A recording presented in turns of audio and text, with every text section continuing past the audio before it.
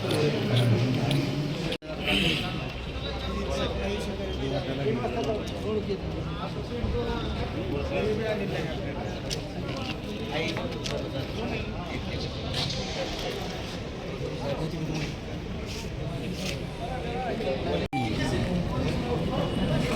रमेश पाटील व डॉक्टर अमित रमेश पाटील यांची 11.5 एकर जमीन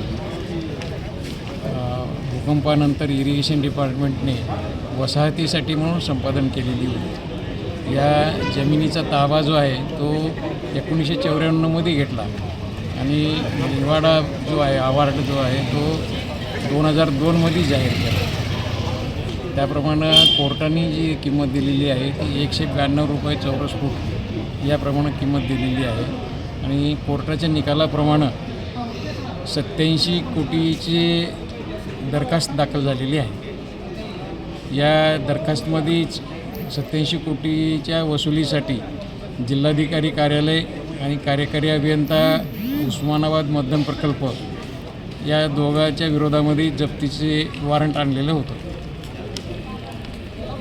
सकाळी 11:30ला आलेले आहेत।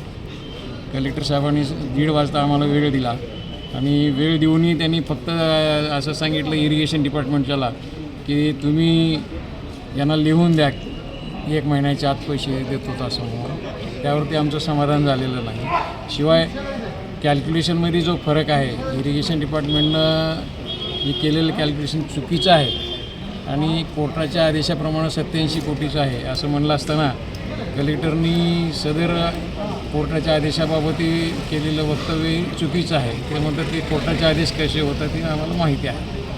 म्हणजे कोर्टाच्या आदेशावर सुद्धा कलेक्टर साहेबांनी शंका घेतल्यासारखं दिसून येतं आणि आता सध्या जप्तीसाठी आम्ही थांबलेले आहोत।